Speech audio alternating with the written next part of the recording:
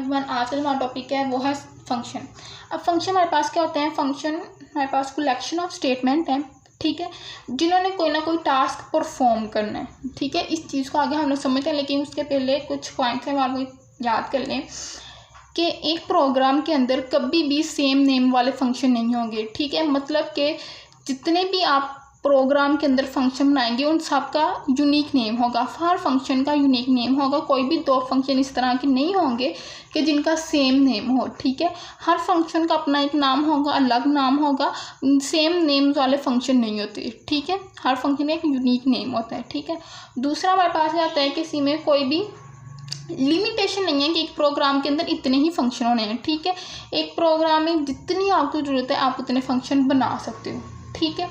और तीसरा कि हर प्रोग्राम के अंदर एक ना एक फंक्शन लाजमी होता है, ठीक है। और वो फंक्शन हमारे पास कौन सा होता है? Void main.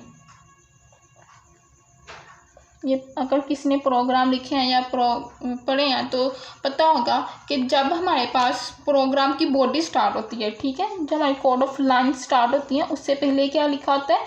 Void main. उसके बाद हमारा जो एक्चुअल प्रोग्राम है वो स्टार्ट होता है, जो काम हम लोगों ने करना होता है, जिसके लिए हम लोग प्रोग्राम बना रहे होते हैं, तो जो टास्क परफॉर्म करवाने के लिए हम लोग प्रोग्राम बना रहे होते हैं, उससे पहले एक चीज़ लिखी होती है वॉइड मेन। ये हमारे पास क्या होता है? फंक्शन, ठीक है। अब ये हमें पता कैसे चलता है कि ये फंक्शन है, ठीक है। तो उस चीज़ के लिए जिस भी चीज़ के आगे ये दो ब्रैकेट्स आ जाए वो हमारे पास फंक्शन है। जैसे हमारे पास आता है क्लियर स्क्रीन, ये इसके आगे ही ब्रैकेट आती है, ये हमारे पास एक फंक्शन है। उसके बाद हम लोग एक बहुत ज़्यादा यूज़ करते हैं गेट करैक्टर, ठीक है, ये भी हमारे पास एक फंक्शन है, ठीक है। अब यहाँ पर वही वाली बात मैंने आपको कहा था, फंक्शन हमारे पास क्या है? कलेक्शन ऑफ स्टेटमेंट है जिन्होंने कोई ना कोई टास्क परफॉर्म करना है, ठीक है। अब यहाँ पर एक फंक्शन है, ये फंक्शन का फंक्शन है ना, उसके नीचे उसकी बॉडी है, बॉडी के अंदर कुछ स्टेटमेंट है, इसके अंदर कोई ना कोई स्टेटमेंट होंगी जिन्होंने कोई ना कोई टास्क परफॉर्म करना होगा, ठीक है। यहाँ पर डिफरेंट कोड ऑफ लाइन्स लिखी होंगी, ठीक है, उन्होंने कोई ना कोई टास्क परफॉर्म करना होगा। वही वाली बात जो मैंने आपको पहले बताई थी, function is a collection of statement, ठीक है। कलेक्शन, ये फंक्शन है, ये कलेक्शन ऑफ स्टेटमेंट है और इन्होंने आगे कोई ना कोई टास्क परफॉर्म करना है। सिंपल हमारे पास फंक्शन यही है, ठीक है। आगे बाकी सारी चीज़ें देखेंगे, फंक्शन डिक्लेरेशन, फंक्शन डेफिनेशन, वो हम साथ देखेंगे, लेकिन अभी फंक्शन को समझना है कि फंक्शन एक्चुअल में है क्या। फंक्शन कुछ नहीं है, फंक्शन एक ब्लॉक ऑफ कोड है, ठीक है। उसके अंदर कुछ कोडिंग लाइन्स हैं जिन्होंने कोई ना कोई टास्क परफॉर्म करना है। सिंपल ये हमारे पास एक फंक्शन है, ठीक है। अब उसके बाद देख लेते हैं कि हम लोग फंक्शन यूज़ क्यों करते हैं। अब मतलब एक वॉइड में ना, ये तो चलो ठीक है, हमारे पास एक फंक्शन हो गया, ठीक है। लेकिन आगे फंक्शन की भी हमारे पास दो टाइप्स आती हैं, एक आती है बिल्ट इन फंक्शन, दूसरा हमारे पास होता है यूज़र डिफाइंड फंक्शन, ठीक है। हमारे पास कौन सा आता है? यहाँ पे लिख लेते हैं बिल्ट इन फंक्शन,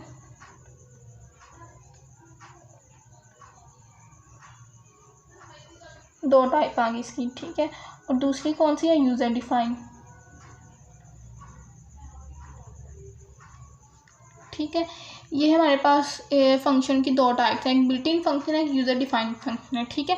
अब बिल्ट इन फंक्शन की तो समझ आ रही है कि चलो एक हमने प्रोग्राम लिखना था तो उसके लिए हमने एक फंक्शन बना दिया, ठीक है, यहाँ तक बात खत्म हो सकती थी, ठीक है। लेकिन आगे यूज़र डिफाइंड फंक्शन क्यों बनाया है, ठीक है, वो हम लोगों ने इसलिए बना दिए हैं कि जब हम लोग कोई बहुत सॉफ्टवेयर बना रहे होते हैं या कोई वेब डेवलप कर रहे होते हैं, तो उसमें क्या होता है कि हमें कोई 10-15 लाइनें ऐसी होती हैं जो हमें प्रोग्राम के स्टार्ट पे भी चाहिए होती हैं, ठीक है।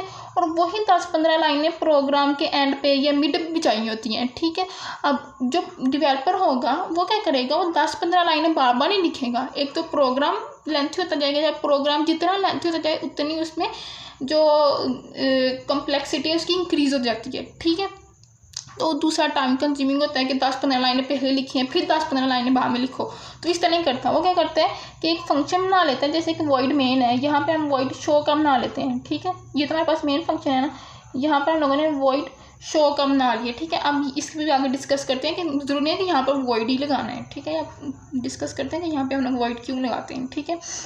अब यहाँ पर हमारे पास हमने एक उसने वॉइड शो के नाम से एक फंक्शन बना लिया, ठीक है, और उसके अंदर उसने कुछ कोड ऑफ लाइन्स लिख दी हैं, ठीक है। अब जब उसको फंक्शन के मिड में या उसको एंड पे कहीं दोबारा यही वाली लाइनें चाहिए, तो क्या करेगा कि जिस जगह पर उसको यही वाली कोड ऑफ लाइन चाहिए, वहाँ पर इस फंक्शन को कॉल कर लेगा। ठीक है, जैसे यहाँ पर फंक्शन का नाम क्या है, शो। आगे हम देखते हैं कि फंक्शन कॉल किस तरह करते हैं। ठीक है, अभी हम देखते हैं, लेकिन अभी आप लोग जस्ट ये समझिए। अब यहाँ पर उसको 10-15 लाइनें उसने स्टार्ट पे लिखी। ठीक है, वॉइड शो था, उसने इसका एक प्रॉपर यहाँ से यहाँ तक उसने क्या किया कि अपना एक फंक्शन डाल लिया। ठीक है, अब यहाँ पर उसमें कुछ कोड ऑफ लाइन थी। अब यही वाला जो कोड ऑफ लाइन है उसको प्रोग्राम में दोबारा भी चाहिए। ठीक है, अब वो इतनी ज़्यादा कोड ऑफ लाइन दोबारा नहीं करेगा, वो क्या करेगा, जिस जगह उसको चाहिए वहाँ पर फंक्शन कॉल करेगा। ठीक है, अब क्या होगा कि कंपाइलर जो होगा वो देखेगा कंट्रोल के, अच्छा अब ये वाला फंक्शन इसको यहाँ पर दोबारा चाहिए, वो क्या करेगा, कंट्रोल यहाँ पर चला जाएगा। ठीक है, वो ये वाली कोड ऑफ लाइन सारी रन करेगा, जो भी में करना होगा वो करेगा, करके दोबारा यहाँ पर आ जाएगा और इसके बाद जितनी कोड ऑफ लाइन्स होंगी उनको रन कर देगा।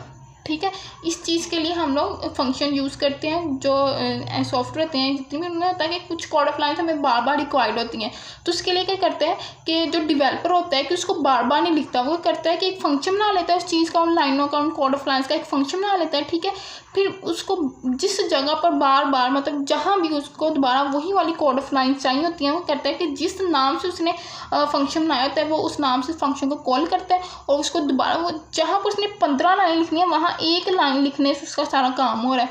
तो किसी को क्या पड़ेगा कि 15 लाइनें लिखे और वो एक लाइन लिखे, वो ये नहीं ज़्यादा बस ये समझेगा कि एक लाइन लिख ले। ठीक है, वो एक लाइन लिख लेता है, उसका जो 15 लाइन होती हैं वो उसकी रन हो जाती हैं। ठीक है, इसके लिए भी हम लोग यूज़ करते हैं। दूसरा हमारे पास क्या होता है कि इसमें हमारे पास टाइम बच जाता है। ठीक है, अब देखो 15 लाइनें यहाँ पे लिखी है, 15 लाइनें यहाँ पे लिखी, तो टाइम कंज्यूमिंग है। ठीक है, तो यहाँ पे क्या करेगा, एक दफ़ा इसने 15 लाइन लिखी है, जहाँ जहाँ उसको चाहिए वहाँ उसको कॉल करेगा और वहाँ उसकी वो कोड ऑफ लाइन्स क्या होंगी, रन हो जाएंगी। ठीक है, हम इसकी टाइप्स देख लेते हैं कि बिल्ट इन फंक्शन क्या होता है। बिल्ट इन फंक्शन हमारे पास ये है, क्लियर स्क्रीन हो गया, गेट करैक्टर हो गया, इस तरह के जितने भी होते हैं जो पहले से प्री डिफाइन है। ठीक है, जिनको बस लिखना ही होता है। अब क्लियर स्क्रीन का क्या काम होता है कि जो पहले से प्रोग्राम रन हो चुका होता है उसकी जो आउटपुट पहले से जो स्क्रीन पे शो हो रही होती है उसको वो रिमूव कर देता है। जो न्यू वाला प्रोग्राम हम रन करते हैं सिर्फ उसकी वो आउटपुट शो करता है। ठीक है, मतलब एक प्री डिफाइन है इसका काम, इसने कोई और काम नहीं करना, इसने सिर्फ यही काम करना है। एक प्री डिफाइन है, प्री डिफाइन फंक्शन है हमारे पास, बिल्ट इन फंक्शन, इसने सिर्फ यही काम करना है। ठीक है, अब गेट करैक्टर क्या होता है, वैल्यू के लिए होता है, आउटपुट शो करवाने के लिए होता है। ठीक है, तो ये इनकी प्री डिफाइंड फंक्शन है, मतलब इनको टास्क प्रोवाइड करती हुई कि तुम लोगों ने बस यही करना है, इसके अलावा तुम लोगों ने कुछ भी नहीं करना। तो ये हमारे पास बिल्ट इन है। ठीक है, इस तरह के जितने भी हमारे पास फंक्शन होते हैं जिनका काम जो होता है या जिनकी प्रोसेसिंग हमारे पास प्री डिफाइन हो वो हमारे पास होते हैं बिल्ट इन फंक्शन। ठीक है, अब यूज़र डिफाइन फंक्शन कौन सा, जैसे मैंने यहाँ पे क्या लिखा है, वॉइड शो। ठीक है, अब एक सेकेंड, अच्छा, तो यहाँ पे हम लोगों ने देखा था बिल्ट इन फंक्शन हमारे पास गेट करैक्टर या इस तरह के जितने भी जिनका काम पहले से डिफाइन हो कि इन्होंने बस करना ही यही है, तो वो हमारे पास क्या होते हैं, बिल्ट इन फंक्शन होते हैं। ठीक है, उसके बाद हमारे पास होते हैं user defined function. User defined function user अपने नाम से उनके नाम रखता है। ठीक है, अब यहाँ पर ये नहीं है कि यहाँ पर हमेशा वॉइड ही आना है। ठीक है, यहाँ पर आप इंट शो भी लिख सकते हो इसकी जगह पर। ठीक है, अब यहाँ पर वॉइड का मतलब क्या होता है, वॉइड हमारे पास एक रिटर्न टाइप है, मतलब जब हम फंक्शन लिखते हैं तो उससे पहले हम रिटर्न टाइप लिखते हैं कि हमें किस टाइप की जो आउटपुट है या प्रोसेसिंग वाला जो रिजल्ट आना है वो हमें किस टाइप का चाहिए इस फंक्शन की, क्योंकि ये हमारे पास फंक्शन है ना, ये फंक्शन का एक नेम है। तो जो स्टार्टिंग वाला चीज़ होती है वो हमारे पास होती है उसके रिटर्न टाइम, मतलब हम उसको बता रहे होते हैं कि इसका जो आउटपुट आए या इसको करने के बाद जो स्क्रीन पे तुम डिस्प्ले करवाना है प्रोग्राम में इस टाइप का करवाना है, उसको हम कहते हैं रिटर्न टाइप। ये वॉइड हमारे पास एक रिटर्न टाइप है, ये इंट भी रिटर्न टाइप है। ठीक है, अब यहाँ पर वॉइड लगाया है ना, तो वॉइड का मतलब क्या होता है कि जब हम लोग वॉइड लगा देते हैं ना तो वो हमें कुछ भी रिटर्न नहीं करता। ठीक है, अब यहाँ पर दिमाग में एक बात आएगी कि हम लोग जो वॉइड मेन लगाते हैं वो भी हमारे पास एक फंक्शन है। ठीक है, उसके अंदर जो हम लोग कोड ऑफ लाइन्स ही लिखते हैं। ठीक है, उनकी जो आउटपुट होती है वो हमें शो हो रही होती है, लेकिन मैं यहाँ पे कह रही हूँ कि जिसके स्टार्ट पे वॉइड लगा रहा हूँ वॉइड का मतलब होता है कि इसने कुछ भी हमें रिटर्न नहीं करना। ठीक है, तो यहाँ पर क्या होता है कि यहाँ भी हम लोग वॉइड ही लगाते हैं, रिटर्न टाइप हम उसको वॉइड ही दे रहे हैं कि यहाँ से हमें कुछ भी रिटर्न नहीं चाहिए। ठीक है, लेकिन हम लोग वहाँ पर सी आउट तो यूज़ करते हैं ना।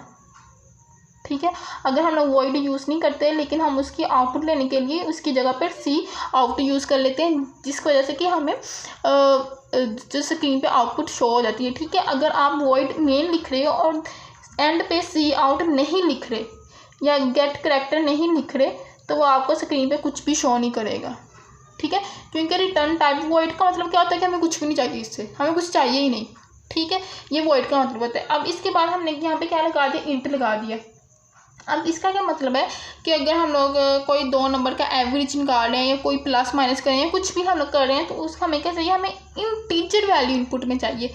इसका मतलब है कि अगर 3.97 समथिंग कुछ भी आ रहा है तो वो इन सारी चीज़ों को स्किप कर देगा, सिर्फ जो इंटीजर होगा 3 वो शो कर देगा, ठीक है।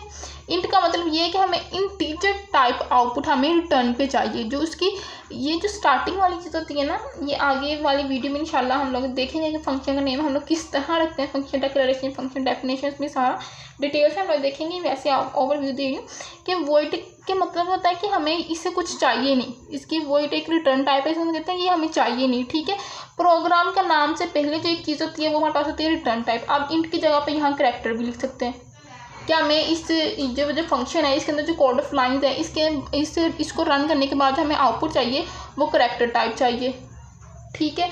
या अगर हमें पॉइंट में चाहिए कोई वैल्यू, हम कह रहे हैं कि ये जो कोड ऑफ लाइन्स है इसको रन करने के बाद हमें पॉइंट में चाहिए, तो हम लिख देंगे फ्लोट शो,